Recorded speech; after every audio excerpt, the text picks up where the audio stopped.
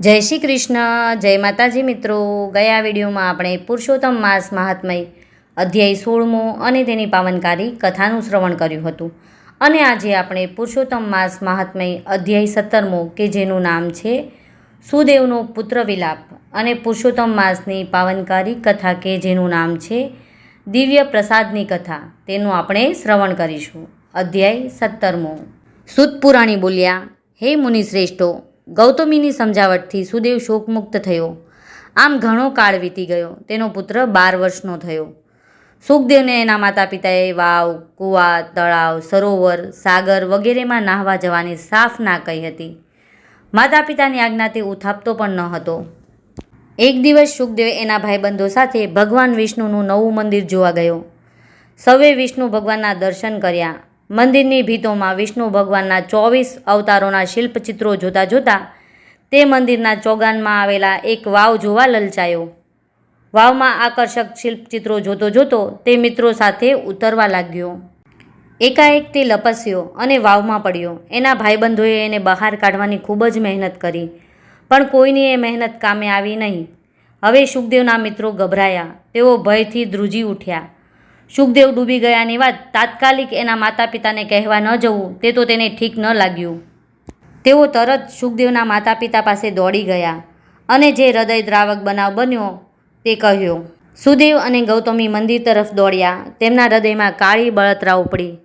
જાણે તેમના હૃદયમાં બાણ ભોંકાતા ન હોય તેવું તેમને લાગ્યું. તેઓ જ્યારે વાવ નજીક આવી પહોંચ્યા તે અગાઉ આજુબાજુ વસનારા ભક્તો અને દર્શનાર્થીઓએ સુખદેવના શબને વાવમાંથી બહાર કાઢી કાંઠા નજીક મૂક્યું હતું. સુદેવ અને ગૌતમી પોતાના પુત્રના શબ પાસે બેસી છાતી ફાટ રુદન કરવા લાગ્યા. સુદેવ પાગલ અવસ્થામાં બોલવા લાગ્યો, હે પુત્ર, અમારી સાથે તું ઘેર ચાલ. અમે તને લીધા વગર ઘેર જવાના નથી. તું સૂઈ કેમ રહ્યો છે? જલ્દી ઉઠ. તારા મિત્રો તને અભ્યાસ કરવા બોલાવે છે, માટે જલ્દી જલ્દી ઊભો થઈ જા. હે પુત્ર, તારા વગર જીવવું નકામું છે. કોઈ દિવસ નહીં અને આજે અમને પૂછ્યા વગર શા માટે છાનો માનો વાવ ઉપર રમવા આવ્યો? મારા કયા પાપની પ્રભુએ મને સજા કરી છે? હે પ્રભુ, અમે તારું શું બગાડ્યું હતું? શા માટે અમારી પાસેથી અમારા પુત્રને છીનવી લીધો? આમ કલ્પાત કરતા પતિ પત્ની પુત્રના શબ પાસે બેસી રહ્યા. હે દીનદયાળુ, હે દયાળુ પ્રભુ, પુત્ર વિરહના અગ્નિના તાપથી બળતા અમારું રક્ષણ કરો. હું મારી મૂર્ખાઈનું ફળ ભોગવી રહ્યો છું. મેં હઠ કરીને પુત્ર પ્રાપ્તિ કરી, તેનું જ આ પરિણામ લાગે છે. જે વસ્તુ મારા ભાગ્યમાં ન લખાયેલી હોય તે મને ક્યાંથી મળે? અહીં પુરુષોત્તમ મહાત્મયનો સુદેવનો પુત્ર વિલાપ નામનો 17મો અધ્યાય પૂર્ણ થાય છે. હવે આપણે પુરુષોત્તમ માસની પાવનકારી કથાનું શ્રવણ કરીએ. દિવ્ય પ્રસાદની કથા. રામનગરમાં રાજા ભૈરવ રાજ કરે. જેવું નામ તેવું તે કામ કરતો હતો. તે ક્રૂર અને ઘાતકી હતો. સાધારણ ગુના માટે પણ તે આકરી સજા કરતો. તેના દિલમાં જરા પણ રહેમ ન હતી. શિકાર તેનો મુખ્ય શોખ હતો. હિંસક પશુઓ સાથે નિર્દોષ અને નિર્મળ પ્રાણીઓને પણ તે છોડતો નહીં. તેણે પોતાની જિંદગીમાં કોઈ પુણ્ય કાર્ય કર્યું ન હતું. તેની આખી જિંદગી પાપભર્યા કાર્યો કરવામાં જ ગઈ હતી. તેની રાણીનું નામ ફૂલકુંવર હતું. સાચે જ તે ફૂલ જેવી સુંદર, કોમળ અને નાજુક હતી. તે ધર્મનિષ્ઠ અને દયાળુ હતી. તેનો આખો દિવસ વ્રત, જપ, તપમાં જ જતો. રાજા જેટલું પાપ કરે એટલું જ રાણી પુણ્ય કરે. રાજા વનમાં શિકારે જાય ત્યારે રાણી પંખીને ચણ નાખે, ગાયોને ઘાસ નાખે અને દીન દુખ્યાને મદદ કરે. આમ કરતાં રાજા ભૈરવ પ્રૌઢ થયો. શરીરની શક્તિ ધીમે ધીમે ઘટતી ગઈ. ત્યારે રાજાને પોતે કરેલ પાપના પડછાયા ડરાવવા લાગ્યા. રાજા ઊંઘમાંથી ઝબકીને જાગી જતો. કરેલ પાપ યાદ કરીને સંતાપ કરતો. રાજાને ક્યાંય ચેન પડતું નથી. તેને થવા માંડ્યું કે હજી જે થોડી ઘણી આવરદા બાકી હોય તેમાં કંઈક ભલાઈના કામ કરું તો શાંતિથી મોત આવે. ઘણા દિવસના સંતાપ અને વિચારને અંતે તેણે નક્કી કર્યું, આ રાજપાટ કુંવરને સોંપીને જંગલમાં જઈ ધર્મ ધ્યાન અને તપ કરવું, જેથી જીવનને કંઈક શાંતિ મળે. છેવટે તેમણે વિચારને અમલી બનાવ્યો. કુંવરને રાજપાટ સોંપી વનમાં જવાનું નક્કી કર્યું. ત્યારે તેમની સાથે રાણીએ પણ આવવા આગ્રહ કર્યો. જ્યાં પતિ ત્યાં હું, તેમ સતી નારીએ વિચાર્યું.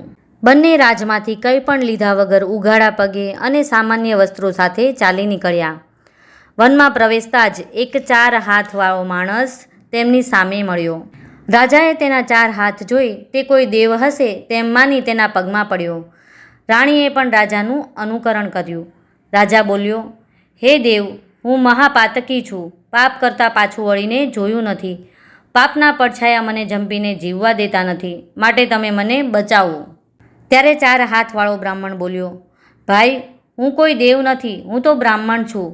આગળ જતાં મારા જેવા ઘણાય 4 હાથવાળા માનવો તમને જોવા મળશે. રાજાને લાગ્યું કે આમાં કંઈક ભેદ લાગે છે, તેથી રાજાએ બ્રાહ્મણને તે જણાવવા આગ્રહ કર્યો. ત્યારે બ્રાહ્મણ બોલ્યો, થોડા દિવસ પહેલાંની આ વાત છે. હું આ રસ્તેથી પસાર થતો હતો ત્યારે સામે દેખાતા તળાવની પાળે મેં એક 4 હાથવાળા ગોવાળને બેઠેલો જોયો. પહેલાં તો હું ડરી ગયો, પછી હિંમત કરી એની પાસે ગયો અને એના 4 હાથ વિશે પૂછા કરી. ત્યારે એ ગોવાળે મને જણાવ્યું, હે ભૂદેવ, સામે આંબાની જે ઘટા દેખાય છે એની પાછળ કનકનો એક પહાડ છે. હું ત્યાં એકવાર ફરતો ફરતો ગયો. ત્યાં મેં મારા જેવા ગોવાળને જોયા. એને પણ 4 હાથ હતા. હું તેની સામે જિજ્ઞાસાથી તાકી રહ્યો. ત્યારે તે મારી પાસે આવીને મારા હાથ પકડીને મને કનકના પહાડ ઉપર લઈ ગયો. ત્યાં ભગવાન પુરુષોત્તમનું મંદિર હતું. આ મંદિરનો પ્રસાદ જે જમે એ 4 હાથવાળો થઈ જાય. મેં પ્રસાદ લીધો એટલે હું 4 હાથવાળો થયો. આ રીતે તે ગોવાળે મને તે મંદિરમાં લઈ જઈ પ્રસાદ જમાડ્યો. ત્યારથી મારા પણ 4 હાથ થવા પામ્યા હતા. આ સાંભળી રાજા આજીજી કરવા લાગ્યો, હે ભૂદેવ, મને પણ તે કનકના પહાડ ઉપર લઈ જાઓ. કદાચ ત્યાં મારા પાપનો ભાર હળવો થાય. બ્રાહ્મણ રાજા રાણીને લઈને આંબાની ઘટા આગળ આવ્યો, પણ રાજાને ત્યાં ક્યાંય કનકનો પહાડ દેખાયો નહીં. કનકનો પહાડ ન દેખાતા રાજા નિરાશ થયો. ત્યારે બ્રાહ્મણ બોલ્યો, રાજા, એ કનકના પહાડના દર્શન પુણ્યશાળીને જ થાય છે. તમે જો જિંદગીમાં એકાદ પુણ્ય કાર્ય કર્યું હોય તો જરૂર એ પહાડ દેખાત. આ સાંભળી રાજા નિરાશ વદને બોલ્યો, તમારી વાત સાચી છે ભૂદેવ. મેં આખી જિંદગી નકરા પાપ જ કર્યા છે. એ પાપ આ પુણ્યના અવસરે મારા આડા ઊભા છે. આ પાપ બળે એવો કોઈ રસ્તો તમારા ધ્યાનમાં હોય તો બતાવો. તમે કહેશો તેમ હું કરવા તૈયાર છું. રાજાને પશ્ચાતાપ કરતો જોઈ બ્રાહ્મણ બોલ્યો, હે રાજન, તમારા સદભાગ્યે અત્યારે પુરુષોત્તમ માસ ચાલે છે. છેલ્લા 8 દિવસ બાકી છે. અહીં 5 જણ બેસીને ઉપવાસ કરી પુરુષોત્તમ ભગવાનના ગુણગાન ગાય તો ચોક્કસ કનક પહાડના દર્શન થાય. રાજાને ગમે તેમ કરીને કનકના પહાડના દર્શન કરવા હતા. તેથી તે ઝડપથી બોલ્યો, હું હમણાં જ મારા નગરમાંથી 5 જણને લઈ આવું છું. એ 5યને ઉપવાસ કરાવીશ, ભગવાનના ગુણગાન ગવડાવીશ, પછી તો મને કનકનો પહાડ દેખાશે ને. ત્યારે બ્રાહ્મણ હસીને બોલ્યો, રાજન, આમ પુણ્ય ન થાય. જો કનકના પહાડના દર્શન કરવા હોય તો જાતે જ ઉપવાસ કરવો પડશે. તમે ઉપવાસ કરો, એનું જ ફળ તમને મળે.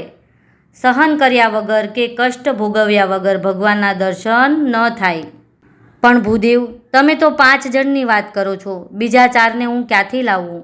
બ્રાહ્મણ કહે, હે રાજન, તમે તમારા નગરમાં જાઓ અને તમારા પ્રધાન અને નગર શેઠને બોલાવી લાવો.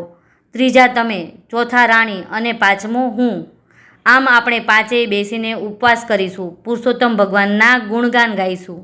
તો તેના પુણ્યના બળે આપણને બધાને કનકના પહાડના દર્શન થશે અને પુરુષોત્તમ ભગવાનના મંદિરમાં જઈ દિવ્ય પ્રસાદનો લાભ મળશે. રાજા તો રાણીને ત્યાં બેસાડી તરત નગરમાં ગયો અને નગર શેઠ તેમજ પ્રધાનને લઈને પાછો ફર્યો. 5યે જણા સ્નાન કરીને ઉપવાસમાં બેઠા. 5યમાંથી કોઈ પણ કંઈ પણ ફળ ફૂલ લેતા નથી, ફક્ત પાણી ઉપર જ રહે છે. 5યે પુરુષોત્તમ ભગવાનના રાત દિવસ ગુણગાન ગાયા કરે છે. આમ કરતાં કરતાં 8 દિવસ વીતી ગયા. 9મા દિવસની સવારે કનકના પહાડના દર્શન થતાં જ રાજાની આંખમાંથી હર્ષના આંસુ વહી ગયા. 5યને આનંદનો પાર ન રહ્યો. 8 દિવસના ઉપવાસના લીધે તેઓ લથડતા પગે પહાડ ઉપર ચડવા લાગ્યા. શિખર ઉપર સ્વયં પુરુષોત્તમ ભગવાન ઊભા છે. 5યે ભગવાનના ચરણોમાં ઢળી પડ્યા. ભગવાને 5યને પ્રસાદ આપ્યો. પ્રસાદ ખાતા જ બધા જ ચતુર્ભુજ થઈ ગયા.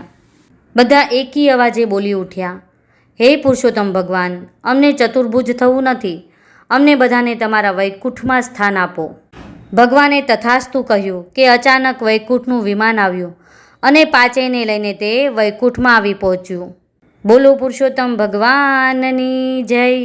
જો મિત્રો તમને મારો આ વિડીયો પસંદ આવ્યો હોય તો મારી ચેનલને સબસ્ક્રાઈબ કરો, વિડીયોને લાઇક કરો અને તમારા મિત્રો સાથે શેર કરો અને કમેન્ટમાં જય શ્રી પુરુષોત્તમ ભગવાન લખવાનું ચૂકશો નહીં. ફરી મળીશું પુરુષોત્તમ માસ મહાત્મય અધ્યાય 18મો અને તેની પાવનકારી કથા સાથે.